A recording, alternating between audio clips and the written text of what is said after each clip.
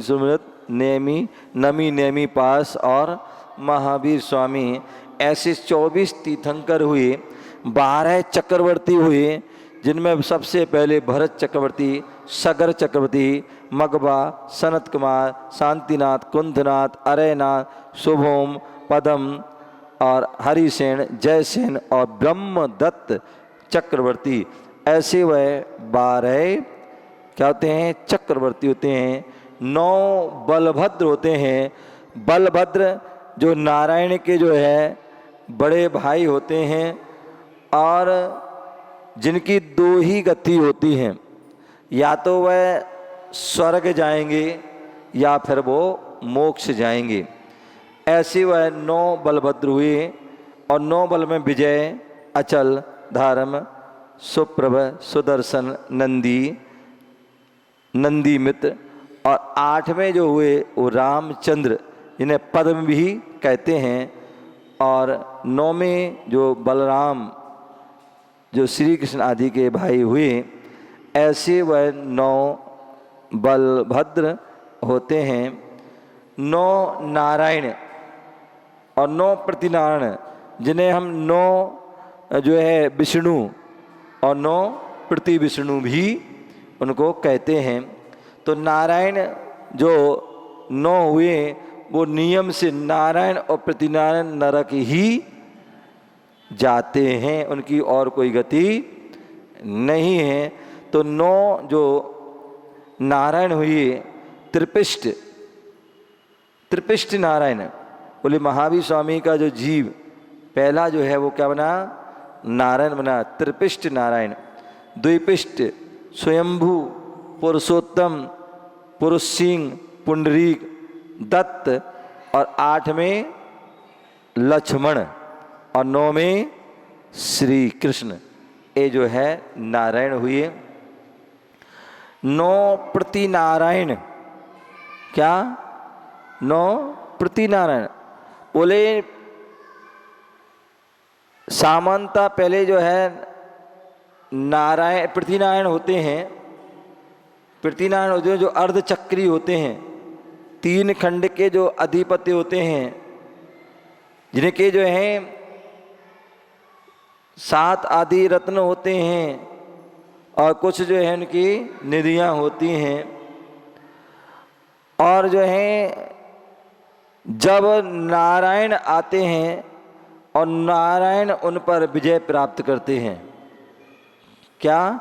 नारायण जो है उन पर विजय प्राप्त करते हैं और सारा वैभव उनको प्राप्त हो जाता है। ऐसे किनका? प्रति नारायण का। तो और ये नियम है, नारायण को, प्रति नारायण को नारायण ही परास्त करता है या उनको मारता है। कौन मारता है? नारायण ही प्रति नारायण को करते हैं। ऐसा हम सभी को जानना चाहिए। आपने देखा होगा महाभारत में नारायण कृष्ण थे, पृथ्वीनारायण जरासंध था। जरासंध का अंत करने वाले थे, तो वो कौन थे? श्री कृष्ण। रामायण में जो हिंदुओं में कहा जाता है कि रावण को किसने मारा, तो बोले राम ने मारा। वास्तविकता में हमारे जैन सिद्धांत कहता है कि जो है रावण का यदि अंत किया तो वो जो है लक्ष्मण ने किया, क्योंकि रावण प्रतिनारायण थे और लक्ष्मण नारायण थे। तो ऐसे 9 प्रतिनारायण भी होते हैं। अश्वग्रीव, तारक, मेरक, निरांभु, प्रहरण, मधुकैटभ, बलि और रावण, और अंत में जरासंध। तो इस प्रकार से वह 9 जो है क्या होते हैं? प्रति नारायण होते हैं। टोटल करने पर जो है कितने हो जाते हैं? 63 सलाह का महापुरुष हो जाते हैं। 169 महापुरुष भी होते हैं और 169 महापुरुष में 24 तीर्थंकर, 24 कामदेव, 24 माता, 24 पिता। क्या हो गए? कितने हो गए? 24 तीर्थंकर, 24 कामदेव 9 नहीं 24 माता 24 पिता, इसके बाद 14 कुलकर, 12 चक्रवर्ती, 11 रुद्र, 9 नारद, 9 नारायण, 9 प्रतिनारायण, 9 बलभद्र, हो गए। टोटल जो है वह 169 महापुरुष होते हैं। और ये 169 महापुरुष नियम से मोक्ष जाएंगे, वो बात अलग है। किस भाव में जाएंगे, किस भाव में जाएंगे ये पता नहीं है, जो है वो, लेकिन नियम से जाएंगे। ये तीर्थंकर तो नियम से जाएंगे ही, कामदेव तो नियम से जो मतलब जाएंगे ही, कुछ जो है स्वर्ग भी। तो इस प्रकार से वह जाते हैं। तो इस प्रकार से हमें उनको जानना चाहिए। एक प्रश्न आया था शिल्पा जैन का, देवों के पर्यायवाची नाम या देव कौन कौन से होते हैं, कैसे होते हैं, कौन से सच्चे देव, कौन से देव गति के देव, और कौन से मिथ्या देव, कौन से अदेव, ये कैसे होते हैं, कौन होते हैं। तो मैंने एक बार बताया था प्रवचन में शायद कि 4 प्रकार के देव होते हैं। क्या होते हैं? 4 प्रकार के देव। पहले देवाधिदेव, जो अरहंत देव होते हैं, जो हमारे तीर्थंकर देव आदि होते हैं, जो नियम से 18 दोषों से रहित होते हैं, जिन्हें हम सच्चे आप्त भी कहते हैं, जिन्हें हम सर्वज्ञ, जिन्हें हम केवली, जिन्हें हितोपदेशी आदि अनेक नाम, बीतरागी, ऐसे उनको नाम से हम कहते हैं। वो सच्चे देव होते हैं। क्या होते हैं? सच्चे देव। दूसरे जो होते हैं वो देवगति के देव होते हैं। क्या होते हैं? देवगति के देव, जिनको देवगति नाम कर्म का जो है उदय होता है, जिनका वैक्री शरीर होता है। क्या होता है? वैक्री, छोटा बड़ा अधिक कर लेते हैं, ऐसे वह वैक्री शरीर वाले जो है। और उन देवों के भी, देवगति के देवों के भी 4 भेद हैं, भवनवासी, व्यंतर, ज्योतिष और कल्पवासी। इन्हें जो भवनत्रय वाले जो होते हैं वो नियम से मिथ्या दृष्टि होते हैं, नियम से मिथ्या दृष्टि, लेकिन बाद में सम्यक्त को धारण कर सकते हैं। वैमानिक जो देव होते हैं, जिन्हें कल्पवासी देव कहते हैं, वो दोनों प्रकार से होते हैं, सम्यक दृष्टि भी होते हैं और मिथ्या दृष्टि भी हो सकते हैं। तो ऐसे वह वैमानिक देव होते हैं और वो 16 स्वर्ग में रहते हैं। इसके अलावा 9 ग्रीवक में रहते हैं, 9 अनुदिश में रहते हैं, 5 अनुत्तर में रहते हैं। 9 अनुदिश और 5 अनुत्तर वाले ये नियम से सम्यक दृष्टि ही होते हैं, और वह लगभग एक भवतारी होते हैं, और उस एक भव धारण करके मोक्ष को प्राप्त करते हैं।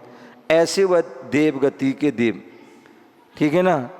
सौधर्म, इंद्र आदि जो कुबेर होते हैं, ईशान आदि होते हैं, समझ गए ना। ये सब देव क्या हैं? वैमानिक देव हैं। सूर्य, चंद्रमा आदि जो हैं वह ज्योतिष देव हैं, सूर्य, चंद्रमा आदि। और असुर कुमार आदि ये जो हैं क्या हैं? क्या? भवनवासी। और व्यंतरों में राक्षस, भूत, पिशाच आदि जो हैं, ये जो हैं व्यंत। तो ऐसे 4 प्रकार के वह देवगति के देव होते। तीसरे जो होते कुदेव, जो ना भी सच्चे देव हैं और ना ही देवगति के हैं, जो अन्न जो हैं, जो अस्त्र वस्त्र और शस्त्र आदि के धारी होते हैं, वो कुदेव की संज्ञा में आते हैं। और चौथे जो हैं, जो जिन्हें हम पेड़ में नदी में, पहाड़ में, कहीं पर भी हम मान लेते हैं, वो जो है अदेव होते हैं। ऐसे वह उन देवों को होते हैं, ऐसे उन देवों को हमें जानना चाहिए। तो इस प्रकार से वह देव होते हैं। हमें उन देवों में सच्चे देव ही हमारे पूजनीय हैं, वंदनीय हैं, अर्चनीय हैं, जिनकी हम अर्चना करके, इनकी वंदना करके, इनको नमस्कार करके हम क्या कर उन जैसे गुणों को प्राप्त कर सकते हैं। दूसरे देव जो है, जो देव गति के देव हैं, वो आदरणीय हैं। क्या है? आदरणीय हैं। उनको हम आदर कर सकते हैं, उनका सम्मान कर, लेकिन नमस्कार के योग्य नहीं है। वो पूजनीय नहीं है, वो वंदनीय नहीं है, केवल आदरणीय और सम्माननीय।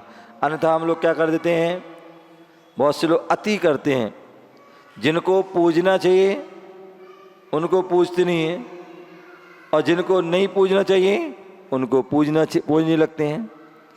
क्या? पद्मावती, क्षेत्रपाल आदि जो है, किनको क्या करते हैं हम? भगवान से ज़्यादा उनको हम पूजने लगते हैं। ध्यान रखिए, जैन धर्म में केवल पंच परमेष्टि की ही पूजा होती है, उनकी ही अर्चना होती है। बाकी जो है, जो देव आदि हैं, उनका सम्मान आदर होता है। जैसे आपके यहाँ कोई रिश्तेदार आते हैं, उनको बुलाते हो, उनका आदर करते हैं, वैसे ही उनको जैसे साधर्मी सादरी मिलते हो, क्या करते हो आप? क्या बोलते हो? हाथ जोड़ के क्या करते हो? जय जिनेन्द्र भैया, हैं भैया जी जय जिनेन्द्र, दीदी जय जिनेन्द्र आदि। तो ऐसी उनसे भी हमें क्या बोलना चाहिए? जो सामान्य गृहस्थ हैं उनको क्या करना चाहिए? जय जिनेन्द्र बोल करे जोर से, जय जिनेन्द्र भैया, क्षेत्रपाल भैया जय जिनेन्द्र, पद्मावती देवी जय जिनेन्द्र। तो ये हमारे लिए क्या करना चाहिए? उनको वो आदरणीय है, सम्माननीय है, पूजनीय नहीं है। अन्यथा व्यक्ति मंदिर का, भगवान का अभिषेक नहीं करेगा, और उनका बोले क्या कर रहे हैं भैया, कहाँ जा रहे हैं? बोले उनका अभिषेक करने जा रहे हैं, उनकी शांति धारा करने जा रहे हैं, उनकी पूजा करने जा रहे हैं, उनका विधान करने जा रहे हैं, उनके उपवास कर रहे हैं, उनके स्तोत्र पढ़ रहे हैं। तो ये ध्यान रखिए, ये जो है हमारे उनके नहीं होते हैं। ठीक है ना? तो इस बात का ध्यान रखना। तो जो एक हमारे पूजनीय हैं, एक आदरणीय है, और बाकी दो त्याज्य हैं, छोड़ने योग्य हैं।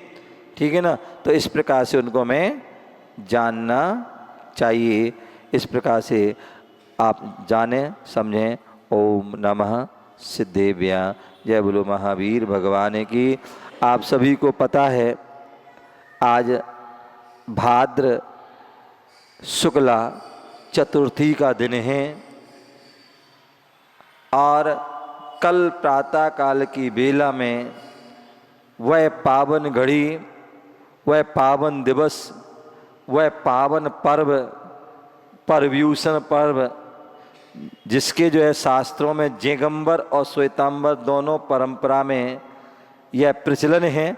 हालांकि कल श्वेतांबर परंपरा वाला वह समाप्त हो जाएगा, क्योंकि वो 13 से जो प्रारंभ होता है, भाद्र कृष्णा त्रयोदशी से प्रारंभ होता है, और पंचमी को वह पूर्ण होता है, उनका वो 8 दिन का होता है। लेकिन दिगंबर परंपरा में वह जो 10 लक्षण पर्व जो है कब से प्रारंभ होता है? भाद्र शुक्ला पंचमी से प्रारंभ होता है, और वो पंचमी की पावन दिन, पावन घड़ी कल है, जो सभी पूरे देश विदेश में जहाँ जहाँ जो है जैनी भाई रह रहे हैं, सभी के मन में जो है खुशी और प्रफुल्लित हो रहे हैं, प्रसन्न हो रहे हैं, और सभी ने अपनी अपनी योजना भी बना ली है कि हमें 10 दिन क्या करना है। क्या उन सब ने योजना बना ली है? आप लोग ने भी योजना बना ली होगी, क्योंकि आप समझदार लोग हैं, भोपाल के हैं, भोपाल वाले हैं, समझदार लोग हैं। और भोपाल में भी फिर अशोका गार्डन तो विशेष ज़्यादा घने समझदार लोग हैं। क्या है? घने समझदार